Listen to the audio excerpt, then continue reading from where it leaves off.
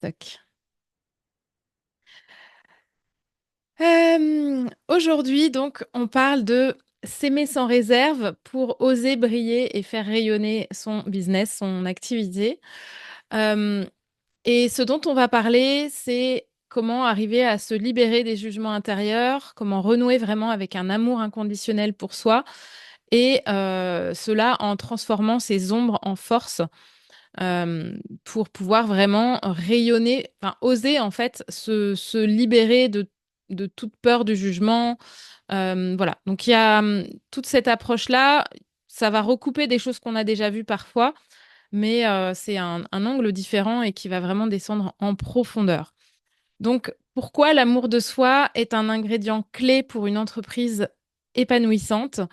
Euh, En fait, on a parfois tendance à chercher la solution à l'extérieur quand notre entreprise peine à décoller.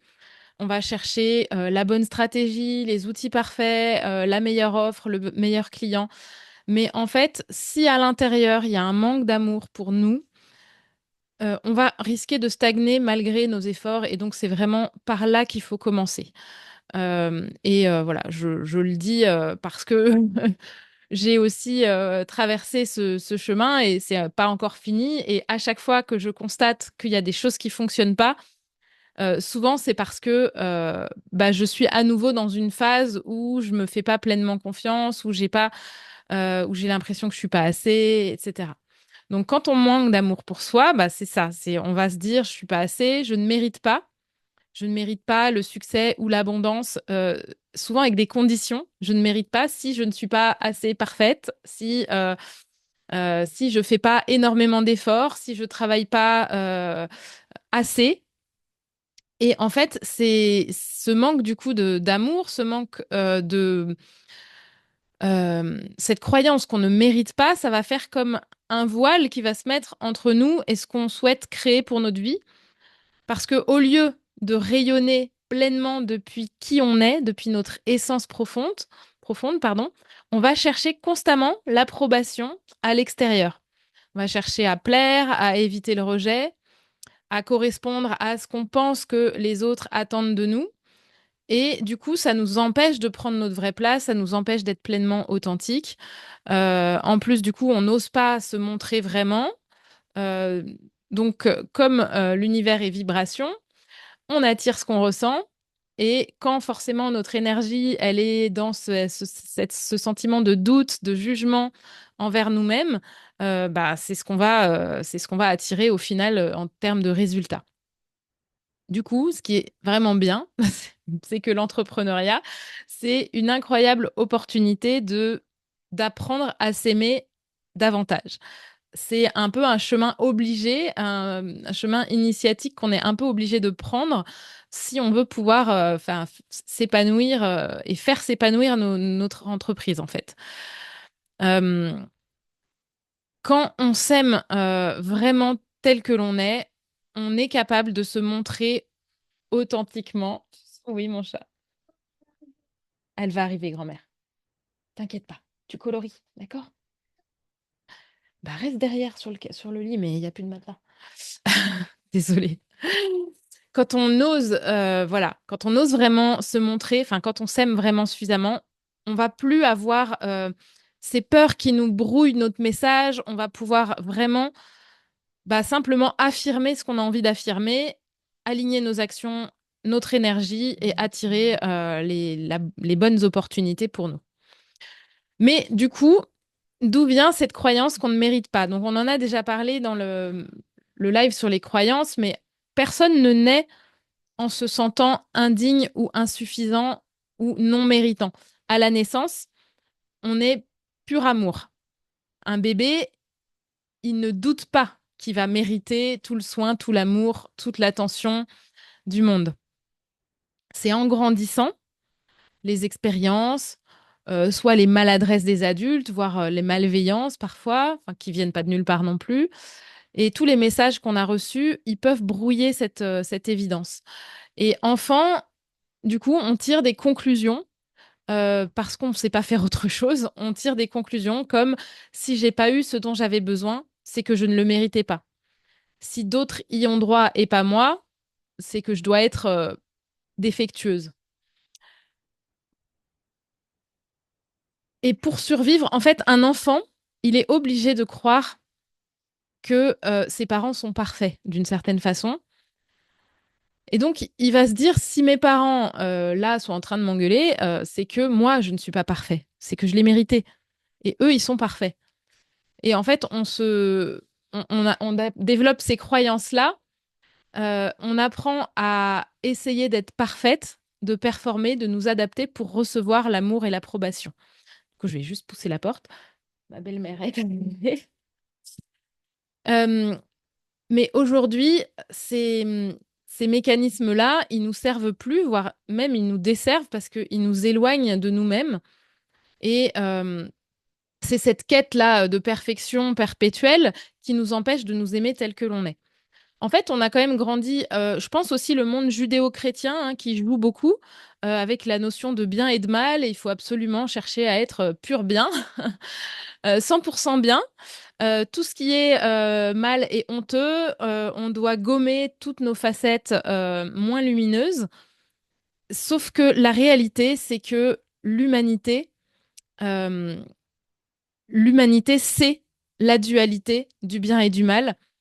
Et je vous ai pris une citation qui me parle beaucoup de Frank Lobvet. Enfin, il y en a plusieurs en fait, mais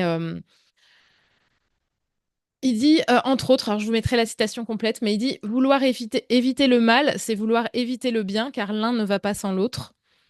Et il dit aussi, nous sommes des êtres de boue et de lumière, l'une ne va pas sans l'autre. Parfois les deux se confondent, et là, dans cet espace, ni blanc ni noir, se tapit notre humanité.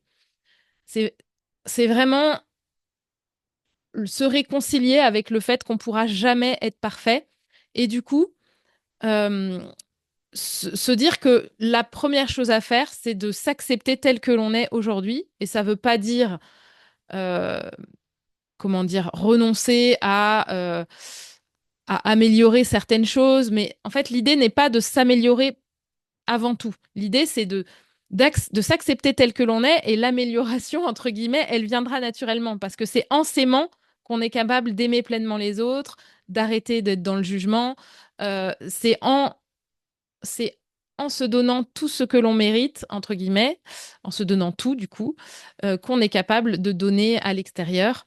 Et du coup, que finalement, on va générer à l'extérieur cette beauté qu'on va pouvoir se donner à soi-même. Mais il ne faut pas que ce soit un objectif avant tout de se dire je veux devenir meilleur, je veux, en mode je travaille pour, parce que ça ne peut pas fonctionner comme ça.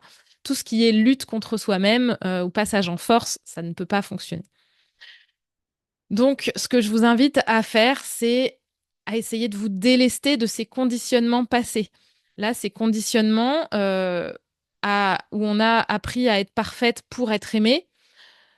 Posez-vous la question, est-ce que j'ai encore besoin de ces conditionnements aujourd'hui? Qui garantit ma survie aujourd'hui? Et de qui ai-je réellement besoin d'amour en priorité? Et la réponse, bah, c'est vous. Et donc, vous n'avez pas besoin de devenir quelqu'un d'autre pour mériter votre amour. Là, maintenant, avec tout ce que vous êtes déjà digne d'amour inconditionnel.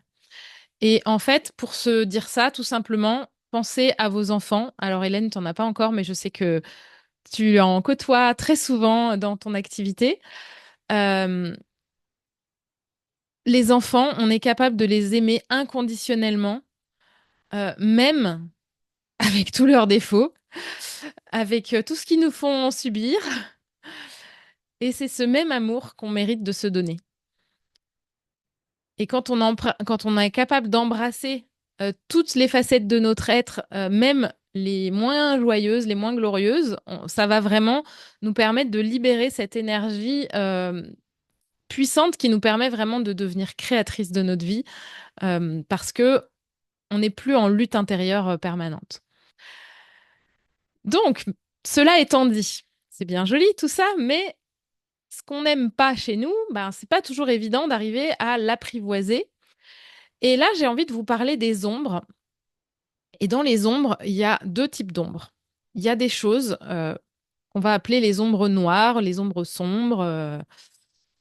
C'est tout ce qu'on n'aime pas chez nous, qu'on n'assume pas, les choses qu'on rejette, les choses dont on a honte, qu'on a pu dire peut-être dans le passé, qu'on a pu ne pas faire ou ne pas dire dans le passé et qu'on regrette.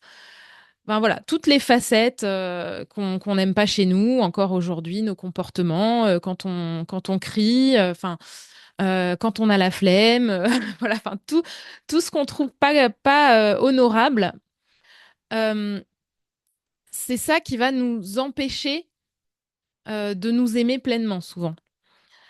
Et du coup, tant qu'on les rejette, finalement, elles alimentent cette honte qu'on a de nous, elles nous poussent à nous cacher, elles nous possèdent du coup, et elles nous empêchent d'aller révéler au monde ce qu'on va appeler des ombres lumineuses. C'est tous les trésors qu'on a en nous, mais qu'on n'ose même pas assumer, affirmer, révéler, parce que on se dit, en fait, je mérite pas parce que j'ai aussi toute cette couche de merde là qui est vraiment pas belle à voir.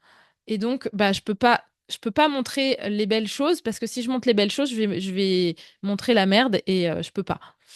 Et donc, voilà, on va vraiment devoir faire ce travail d'aller accepter nos ombres et pour pouvoir récupérer cette capacité à se montrer aussi pour les belles choses qu'on a, mais en se considérant comme un tout, en fait, en réunifiant euh, bah, toutes nos facettes pour dire, bah voilà, on est tout ça.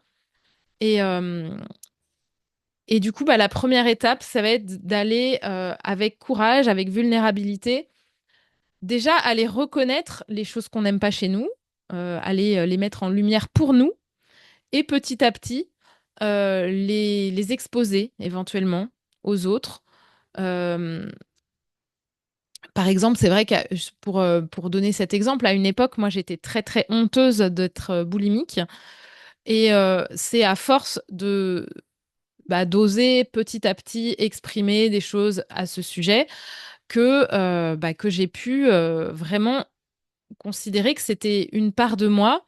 Bon, j'ai fait aussi tout un travail par ailleurs et j'ai compris qu'en fait, ça m'avait aidé, que ça m'avait permis de survivre, que ça avait une cause, que c'était pas ma faute, etc., etc.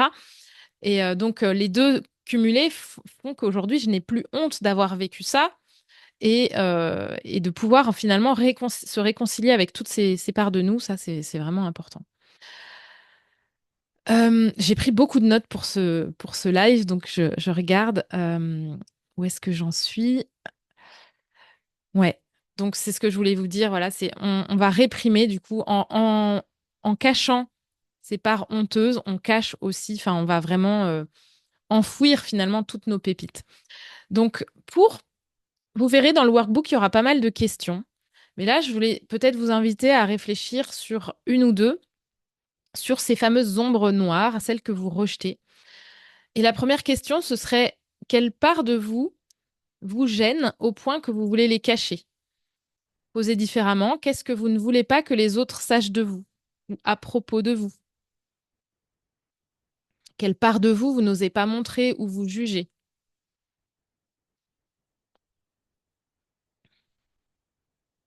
Ça peut être des traits de caractère, ça peut être des choses faites dans le passé, dites dans le passé, pas faites, pas dites.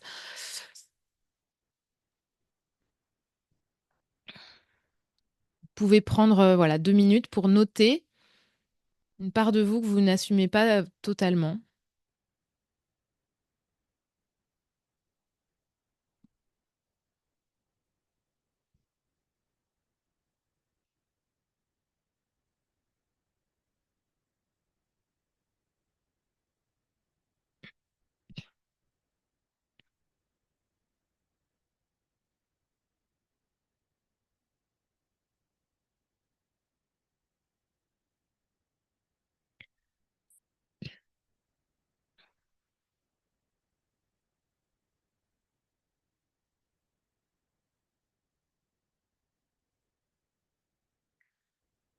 Une autre question, si vous acceptiez pleinement vos défauts, quelle serait votre plus grande peur?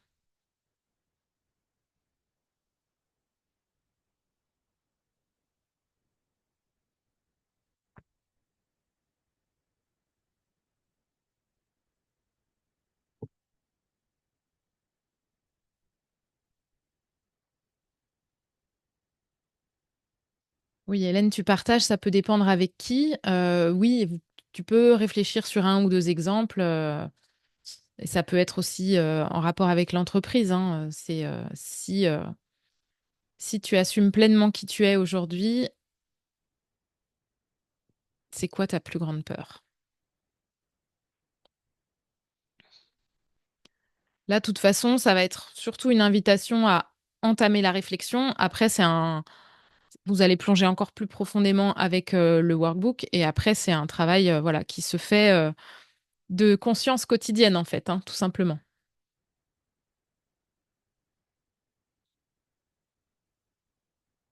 Ah oui, à la question sur ce que tu n'assumes pas, ça dépend aussi avec qui. Oui, il y a des choses qu'on assume auprès de notre conjoint, mais qu'on va pas assumer à la terre entière. On est d'accord. Ouais, aujourd'hui. Et l'idée, encore une fois, n'est pas de s'afficher à 100% en toute transparence avec tous nos défauts face à la terre entière et notamment par rapport à notre entreprise. L'idée, c'est de choisir ce qu'on montre de nous ou pas, mais sans pour autant se détester pour tous nos défauts. Se détester ou en tout cas se flageller, culpabiliser ou en tout cas pas accepter pleinement ces parts de nous.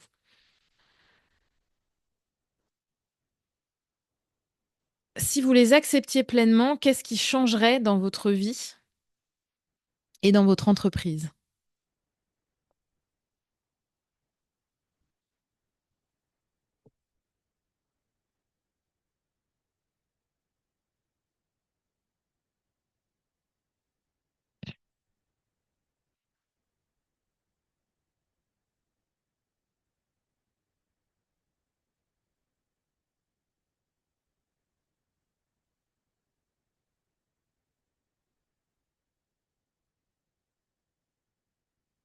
Qu'est-ce que ça vous permettrait de faire différemment, de vivre différemment?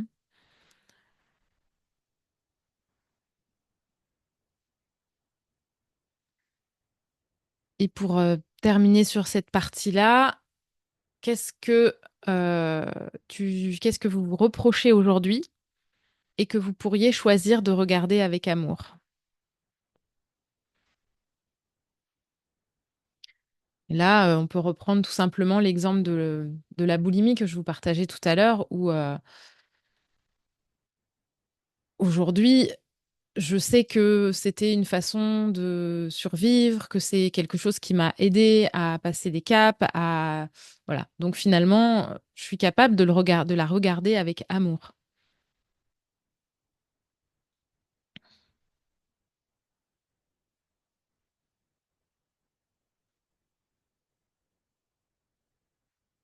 Vous pouvez vous demander aussi comment vous pourriez faire pour la regarder avec plus d'amour.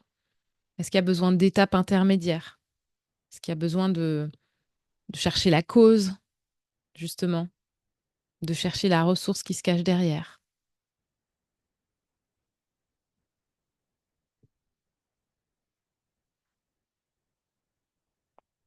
De quoi aurait besoin cette part de vous aujourd'hui aussi, vous pouvez vous demander.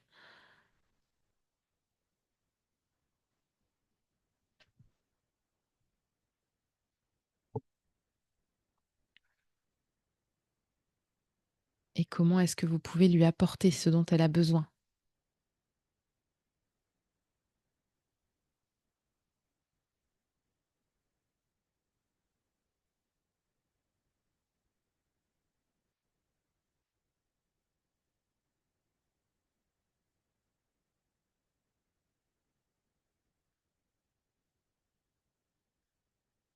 Ce qui peut nous aider aussi à accepter nos ombres, c'est à comprendre que derrière elles se cachent des ressources.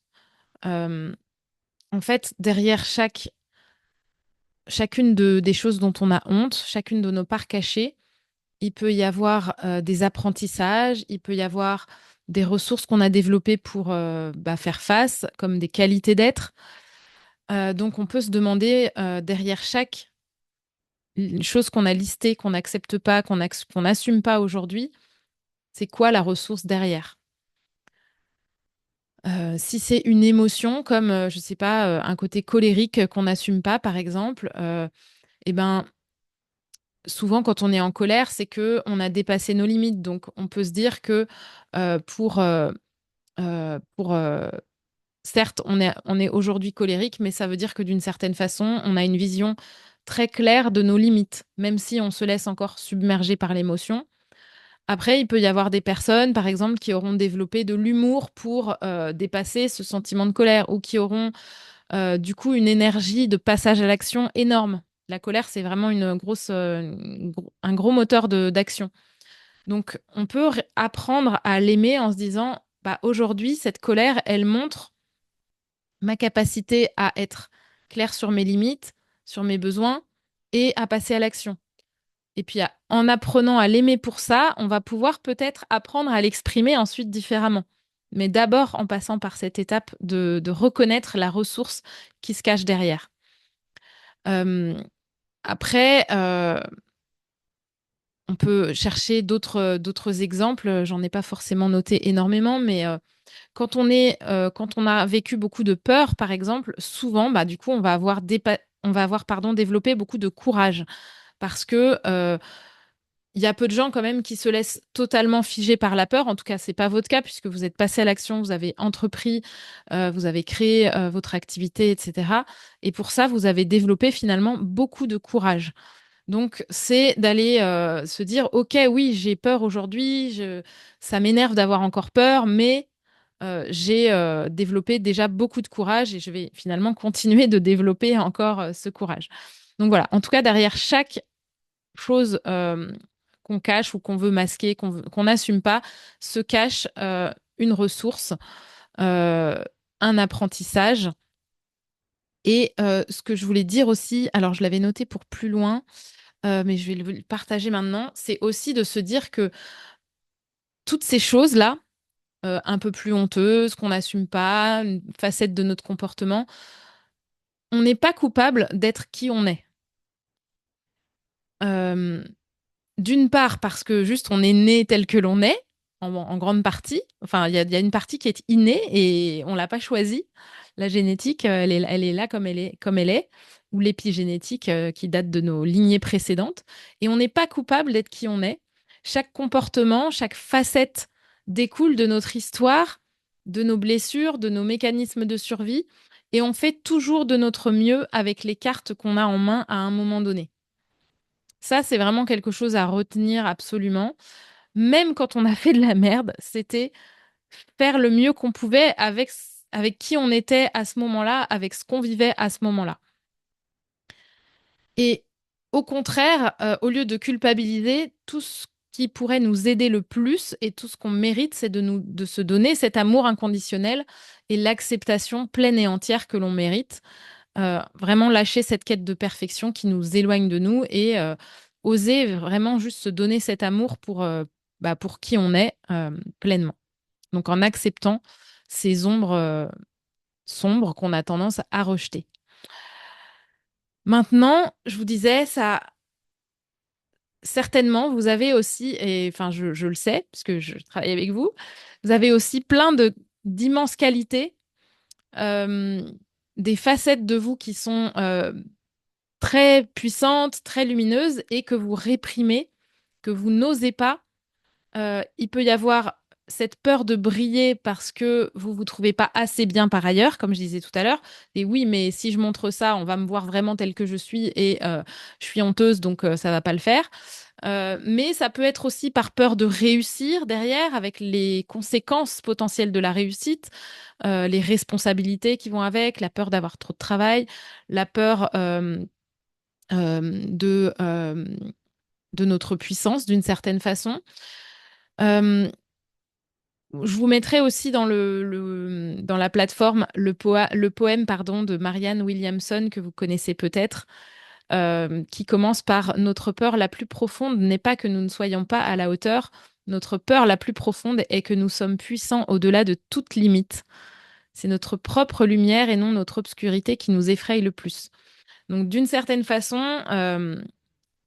en tout cas, c'est la vision de ce poème et c'est la vision de pas mal de personnes aussi, de se dire ce qu'on ce qu'on réprime. Certes, on réprime des choses dont on a honte, mais on réprime aussi surtout ces pépites, ce diamant intérieur qu'on a et qu'on n'ose pas pleinement affirmer.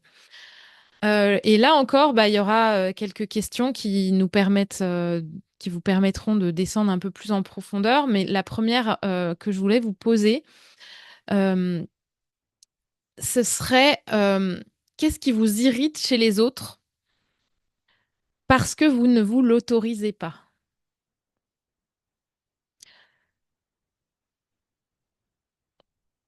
Parce que souvent, ce qui nous irrite chez les autres, c'est un peu un effet miroir, hein. C'est des choses qu'on trouve exagérées ou quoi. Et parce qu'en fait, la raison derrière, c'est souvent un manque d'autorisation chez nous.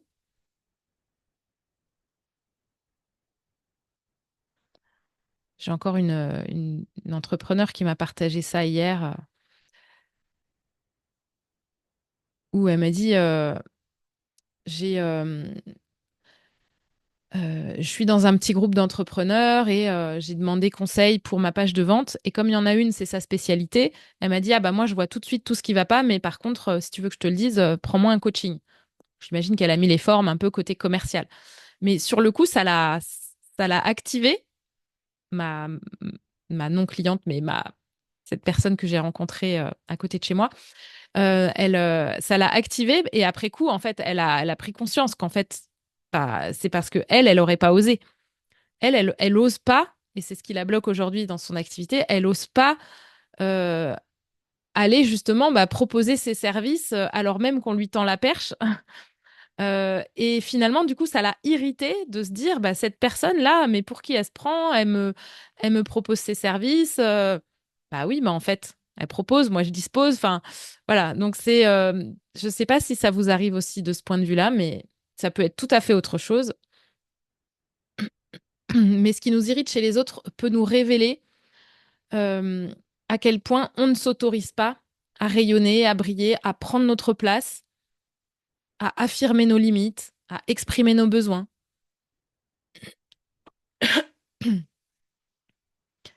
Et en pointant toutes ces choses, on est capable par la suite de se donner petit à petit des degrés d'autorisation supplémentaires, d'amour pour nous, de prendre notre place, de nous affirmer, de poser ces fameuses limites, de dire ce qu'on a, voilà, ce qu'on a envie de dire. Et, et ensuite, derrière, voilà, on peut progressivement prendre tout ce qui a. Je sais pas, je sais plus, je perds le fil de mes pensées par rapport à ça. Mais voilà, en tout cas, c'est en se donnant parfois, en se servant parfois de l'exemple des autres, qu'on va pouvoir comprendre là où on a besoin de plus s'autoriser et du coup à se donner plus d'amour et ce degré d'autorisation-là pour pouvoir pleinement rayonner. Un autre exemple, et c'est un peu similaire, hein, mais j'ai mon conjoint qui est libraire et mon conjoint, alors lui, il demande tout à tout le monde, mais y compris Euh, il demande à ses clients il sait qu'ils vont partir en Bourgogne et il dit ah bah vous me ramenez un pot de moutarde de Beaune. Ce sont juste des clients, hein, ce sont pas des copains, voilà. Et en fait, bah il demande et les gens lui rapportent. Et au début, moi je dis mais ça va pas, quel culot, enfin. Et en fait, maintenant, j'ai compris que, bon, en plus, il le demande d'une façon, on peut tout à fait lui dire non, hein, c'est plutôt dit sur le ton un peu de l'humour, enfin voilà, de la proximité comme ça. Et en fait, bah, les gens disposent, les gens sont responsables et voilà. Vous pouvez aussi vous demander par qui vous êtes inspiré et aussi intimidé. Parce que souvent, ce qui nous inspire ou ce qui nous intimide, c'est des choses qu'on aimerait développer en nous, pour lesquelles on a tout à fait le potentiel. De toute façon, on a le potentiel de tout, hein. Donc ça pointe qu'est-ce qu'on aimerait développer chez nous et qu'on ne s'autorise pas. Donc là, vous pouvez identifier peut-être une, deux, trois personnes, soit dans vos proches, soit sur les réseaux sociaux, dans les entrepreneurs, dans les gens connus, pourquoi pas, par qui vous êtes vraiment inspiré et aussi intimidé.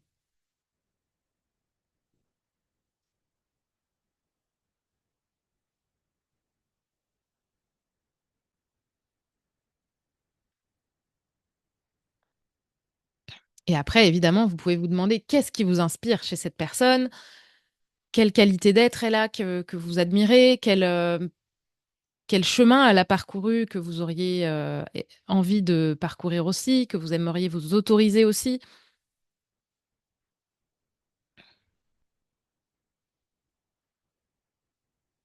Et une autre question, si vous étiez sûr que vous ne pouvez pas échouer, qu'est-ce que vous feriez et qui vous seriez?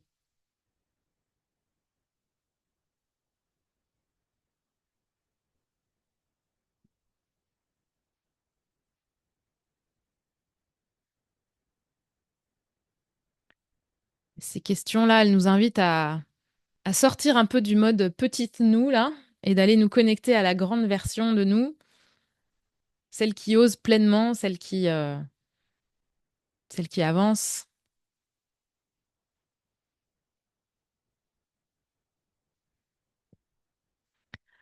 Voilà, je vous laisserai, je pense, y réfléchir ensuite à la maison tranquillement. Euh, Par rapport à cette partie-là, je vous redis que voilà, c'est vraiment l'idée de se dire qu'on est un tout, on est cette unité. En naturopathie, on sait qu'on a les différents plans de l'être, enfin pas que en naturopathie d'ailleurs, hein, mais voilà, on a effectivement le plan physique, émotionnel, spirituel, énergétique, etc. Mais on a aussi le bien et le mal, entre guillemets, les facettes les plus sombres et les facettes les plus lumineuses. Et c'est quand on réussit à accepter toutes les parts de nous, à être dans cette intégration de notre tout, que l'on va pouvoir redevenir entière et du coup reprendre pleinement notre puissance, pouvoir créer à partir d'un espace d'alignement total, ne plus lutter contre nous-mêmes, mais avancer avec l'authenticité, l'amour et la puissance. Et arrêter de, du coup de gaspiller cette énergie à porter des masques, développer plutôt un magnétisme naturel parce que on s'autorise, parce que on prend cette place tout simplement, on s'affirme. Et c'est là que notre entreprise peut vraiment redevenir ce reflet de qui on est dans toutes nos dimensions. Euh, une étape qui peut vous aider aussi, c'est de nourrir l'amour que vous avez pour vous chaque jour. Donc là, on a vu un peu les choses qu'on n'aime pas trop chez nous, on a vu les choses qu'éventuellement on aimerait développer mais qu'on s'autorise pas encore pleinement, mais il y a des choses que vous aimez déjà chez vous, tout ce qui fait que vous êtes déjà merveilleuse, tout ce que vous avez et que vous accomplissez, que vous êtes déjà, et commencez par regarder ça, à quel point vous êtes courageuse, persévérante, ou quelle que soit la qualité que vous avez envie de, voilà, de souligner. Et dites-vous déjà, je t'aime, chacune de ces qualités. Je t'aime, je suis fière de toi. Et voilà, n'hésitez pas à nourrir ça au quotidien.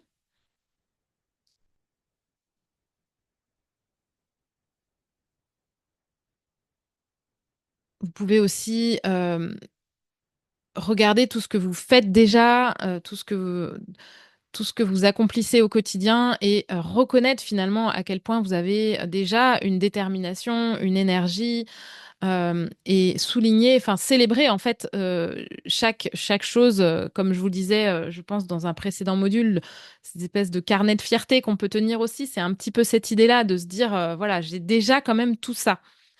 Euh, et vous pouvez aussi vous demander quand est-ce que je ne suis pas dans l'amour pour moi, dans mes pensées, dans mes actions, dans mes paroles. Où est-ce que je ne suis pas bienveillante avec moi-même et où est-ce que je pourrais l'être un peu plus? Et vous pouvez vous demander aussi comment je pourrais faire un choix d'amour pour moi aujourd'hui ou autrement, qu'est-ce que ce serait là maintenant de faire un choix d'amour pour moi? C'est une question qui m'avait aidée à un moment où j'avais à nouveau des troubles du comportement alimentaire et parfois j'avais des, voilà, des pulsions et je me disais, mais en fait, ce serait quoi là tout de suite si je fais un choix d'amour pour moi? Qu'est-ce que je choisirais? Et en général, c'était rarement d'aller manger. Parfois, oui. Parfois, c'était bah, de m'autoriser à faire à répondre à la pulsion. Et parfois, c'était, bah non, là, en fait, j'ai besoin de me reposer, j'ai besoin de me réconforter. Et faire un choix d'amour pour moi, ça serait d'aller répondre à ce besoin de repos, de réconfort, de sécurité, de parler à quelqu'un, de enfin, voilà. Et en fait, on peut parfois trouver des clés, des réponses à ça. Et par rapport à votre activité, pour un lien plus direct, ce serait quoi faire un choix d'amour pour moi aujourd'hui? Bah, peut-être que ce serait justement de me lancer enfin dans ce live Instagram que je repousse depuis 3 semaines.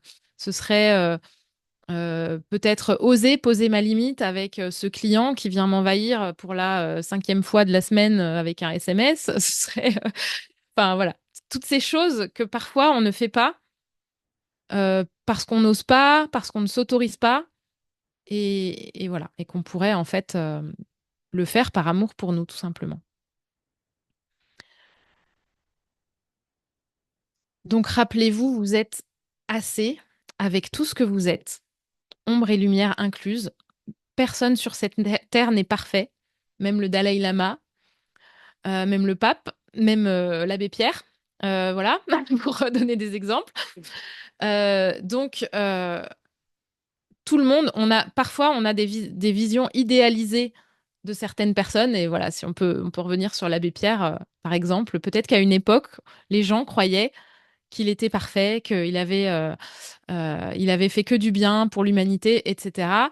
Et en fait, quand on connaît la totalité de la personne, on se rend compte de certaines choses. Bon, là, c'est pour prendre une caricature, mais en tout cas, c'est la réalité, c'est que chacun a quelque part à l'intérieur de lui des choses moins glorieuses, moins parfaites, moins belles à regarder, et c'est le cas pour tout le monde. Donc, simplement accepter ce tout que l'on forme pour bah, créer à partir de qui on est réellement. Je voudrais vous proposer une visualisation pour aller reconnecter à cette notion de mérite et du fait que l'on mérite tout. Donc, je vous propose de vous installer confortablement et puis tranquillement de fermer les yeux.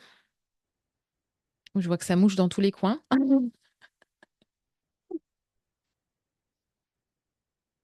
Courage, courage. Bientôt le 21 décembre, après, ça va aller dans le bon sens. Alors, fermez les yeux. Je vous propose d'abord de prendre une profonde inspiration et soupirer.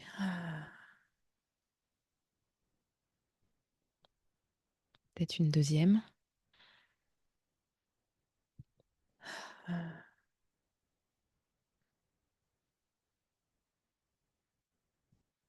Prenez quelques instants pour revenir à l'intérieur de vous.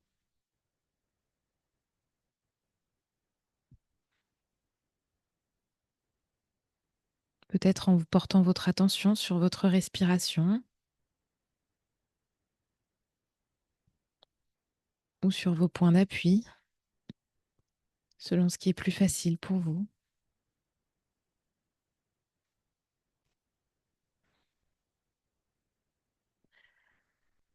Et imaginez un endroit qui pour vous est très apaisant, très sécurisant. Ça peut être un lieu réel ou imaginaire. Et vous vous sentez particulièrement bien. Prenez le temps d'arriver dans cet endroit. Percevez les lieux. Vous êtes tranquille, en sécurité.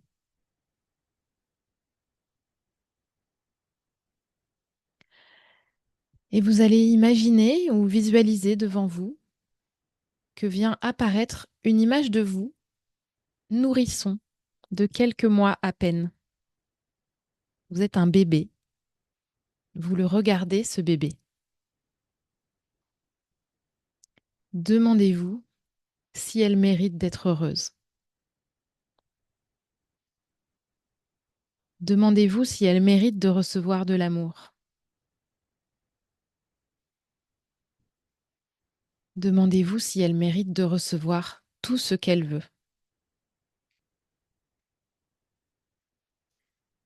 Vous allez sûrement vous dire, bien sûr, qu'elle mérite tout. C'est un bébé. Et maintenant, à partir de cette visualisation, allez imaginer que l'enfant grandit dans la scène. Elle a maintenant 1 an, puis 2, puis 3, 4, et ainsi de suite. Et vous augmentez, comme ça, d'année en année. Et vous scannez tranquillement les âges. Et remarquez quelque chose. Il n'y a aucun moment où vous avez arrêté d'être méritante de recevoir tout ce que vous vouliez.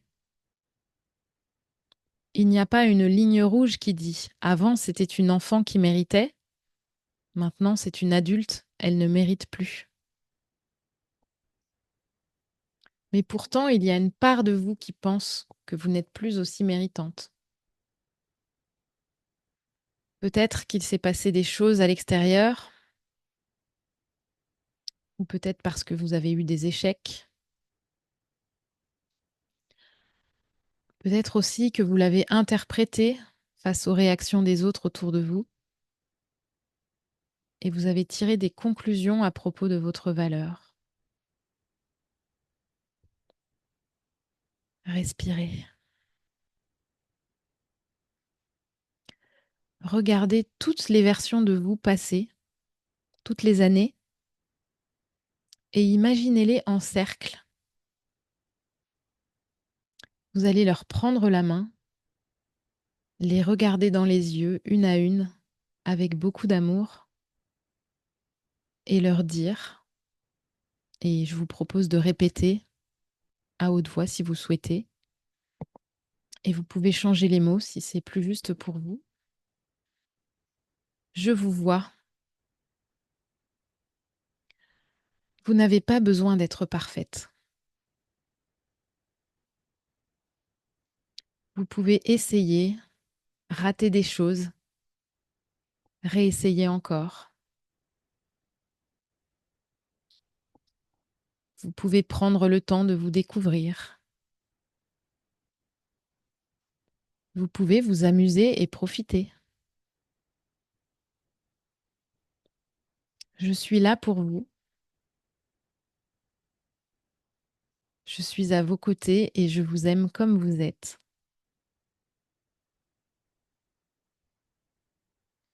Je vous aime aussi sans raison, juste parce que vous êtes vous.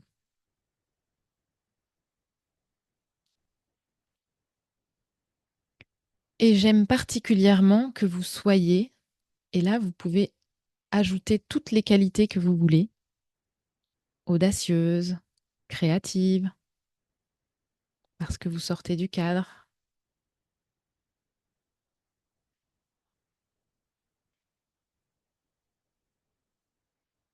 libre, sensible, connecté au vivant, toutes les qualités qui vous viennent.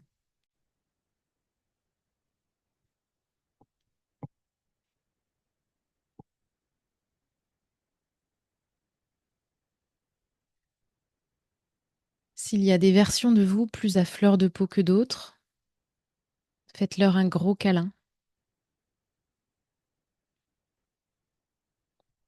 Donnez-leur le réconfort que vous auriez voulu ressentir.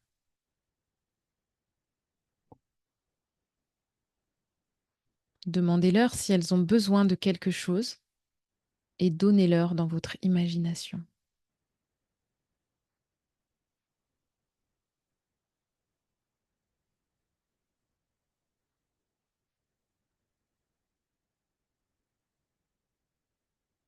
Ressentez l'amour qui circule entre vous et elles, entre elle et vous.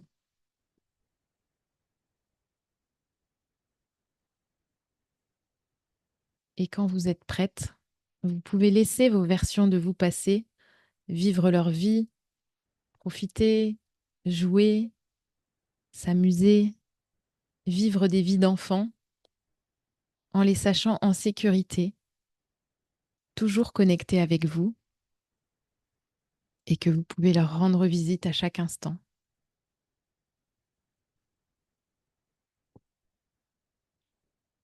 Et vous pouvez tranquillement reconnecter à votre corps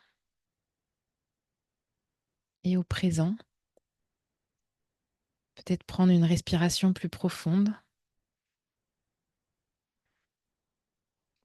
et rouvrir les yeux quand ce sera juste pour vous.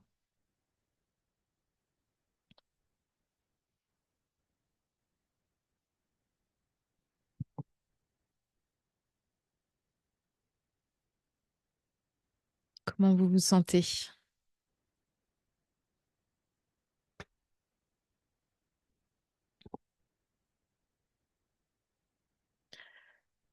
Personne à l'extérieur, une fois à l'âge adulte, ne peut vous dire que vous méritez quelque chose si vous ne le croyez pas profondément. Donc c'est toujours entre vous et vous qu'il faut réparer le lien.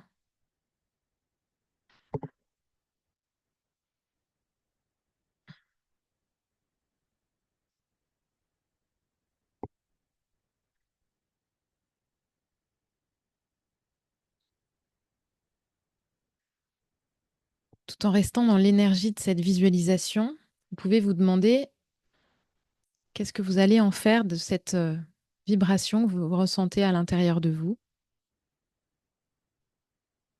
Qu'est-ce que pardon, j'ai du mal à enchaîner les mots. Qu'est-ce que vous avez envie de faire là maintenant si vous profitez de cet élan, de cette énergie qui circule en vous?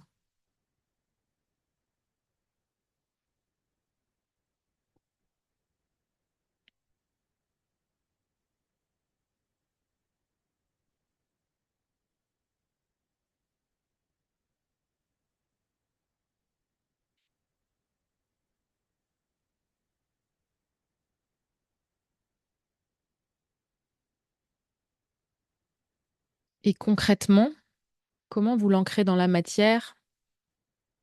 Par quel choix? Par quelle action?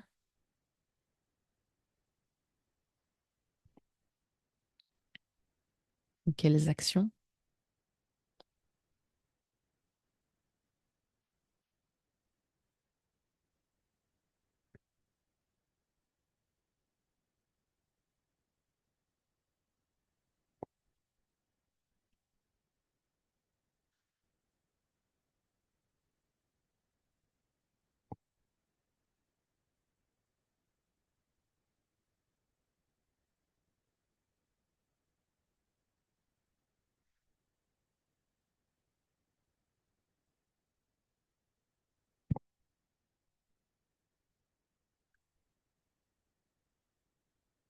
Est-ce que vous voulez partager s'il y a des choses qui ressortent?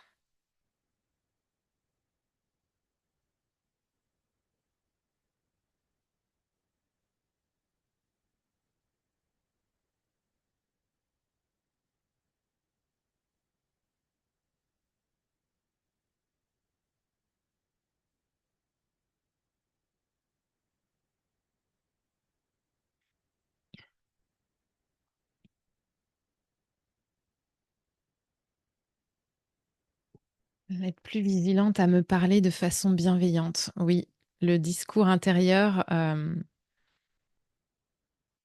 en a déjà parlé, mais c'est vraiment le point de départ, hein, dans les accords Toltec, que votre parole soit impeccable. Elle commence avec soi-même. Hmm.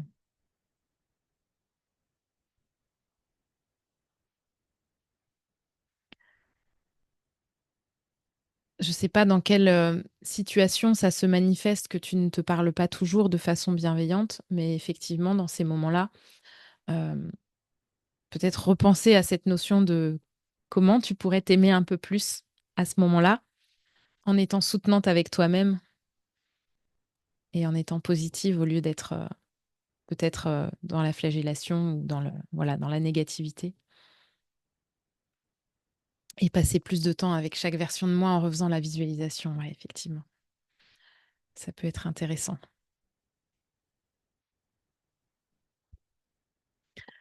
Euh, En conclusion de ce que je voulais vous partager aujourd'hui, c'est vraiment cette notion de d'accepter notre humanité avec ses imperfections. Et je dis ça, voilà, comme je vous le dis toujours, je suis toujours en chemin aussi, hein, Mais en tout cas, j'ai compris aujourd'hui que il n'y a aucun humain qui est parfait et vraiment cette notion que en rejetant des parts de soi, on ne peut pas, on ne peut pas être bien. Et c'est en allant vers l'acceptation, vers l'amour inconditionnel, celui que peut-être on n'a pas reçu ou en tout cas on n'a pas perçu parce qu'il ne nous a pas été démontré, verbalisé, euh, que on va pouvoir vraiment oser révéler au monde entièrement notre essence profonde, mais aussi nos vraies qualités, nos vraies pépites, notre diamant intérieur, en réalisant que aujourd'hui le rejet ne nous met plus en danger de mort. Ça peut nous aider beaucoup à aller vers plus de degrés d'autorisation, de, de prendre notre place, de nous affirmer, d'oser voilà, proposer nos services, même quand on ne nous l'a pas franchement tendu la perche.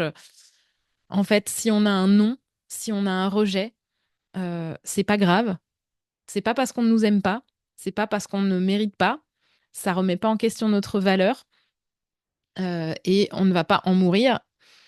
Mais par contre, nous, ça nous aura permis d'oser prendre un petit peu plus, voilà, d'avancer un pied supplémentaire pour nous mettre en avant, pour montrer nos services et pour accomplir notre mission de contribution qui nous tient tellement à cœur. En se rappelant aussi que souvent nos défauts, nos ombres ont soit enfin, il y a toujours le pendant de la pièce, quoi. Il y a toujours les deux côtés d'une même pièce, les deux facettes, les deux faces d'une même pièce.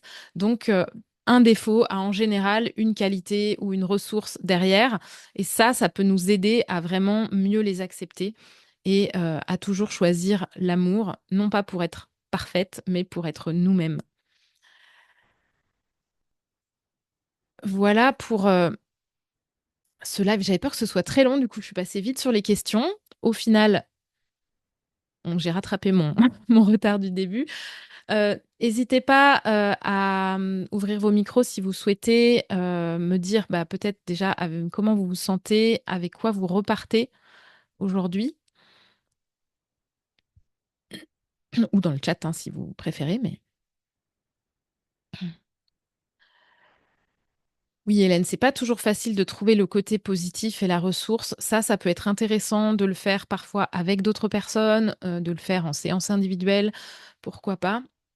Oui, parce Mais que il y a, dans oui, les workbooks, à un moment, enfin, au tout début plutôt, tu sais, tu nous avais dit nos qualités, nos défauts, enfin, on avait oui. travaillé sur ça. Et aussi, bah voilà, fallait aussi trouver un peu le côté positif. Moi, j'avais trouvé difficile cette Mm. colonne. Alors, il y a dans un défaut, il y a souvent la qualité inverse de toute façon. Mais quelquefois, quand je parle des facettes des ombres, voilà, ça peut être une peur de. Par exemple, je pense à une cliente qui avait très peur d'être une mauvaise mère euh, parce que parfois elle criait, parfois si. Mais en fait, le fait d'avoir peur d'être une mauvaise mère faisait que pour moi, c'était pas possible qu'elle le soit réellement parce que du coup, elle prenait toutes les précautions pour montrer à ses filles à quel point elle avait un amour inconditionnel pour elles, que elle faisait attention à passer du temps de qualité avec chacune, etc. Même si par moment elle criait, par moment elle avait besoin d'être seule et de pas les voir. Enfin, et en fait, c'est en ayant quelquefois une facette plus sombre, enfin voilà, quelque chose dont on a honte, qu'on va pouvoir trouver en face un côté positif. Mais après, c'est vrai que quelquefois, il faut chercher un petit peu. Je pense aussi à une cliente qui avait très honte de sa situation financière. Parce qu'en fait, elle avait beaucoup investi sur elle pour son entreprise et ça ne marchait toujours pas. Et du coup, elle s'était endettée. Elle avait, je crois, 10 000 € de dette et elle avait très honte de ça. Déjà, de se dire que on n'est pas notre situation financière. Mais moi, je l'ai aidée à se reconnecter au fait que ça voulait dire ça voulait dire d'elle qu'elle avait eu beaucoup de courage, d'audace, qu'elle s'était engagée pour son entreprise. Enfin, de voir en fait tout ce que ça révélait d'elle. Euh, Et parfois, ça va être plutôt des apprentissages de la vie. Parfois, ça va. euh, et puis parfois, il n'y a pas. En fait, parfois, c'est pas obligatoire. Parfois, on a des défauts et c'est juste OK d'avoir des défauts. Et Hmm. voilà. Ce sont des exemples, mais il y a quand même toujours. Enfin, en général, on a quand même toujours aussi un peu de la facette opposée à l'intérieur de nous, même si parfois, on la révèle pas pleinement. C'est-à-dire que parfois, enfin moi je dis oui, je suis bordélique, ça veut sûrement dire que je suis créative. À une époque, je pense que ma créativité, je la laissais pas s'exprimer. Aujourd'hui, plus, mais il y a des moments dans notre vie où on va exprimer que le défaut, mais la qualité, elle existe quand même en face. Seulement, quelquefois, on lui laisse pas totalement la place. Élodie, tu partages, je repars en ayant nourri certaines versions de moi et ça m'a fait du bien. Ouais, super.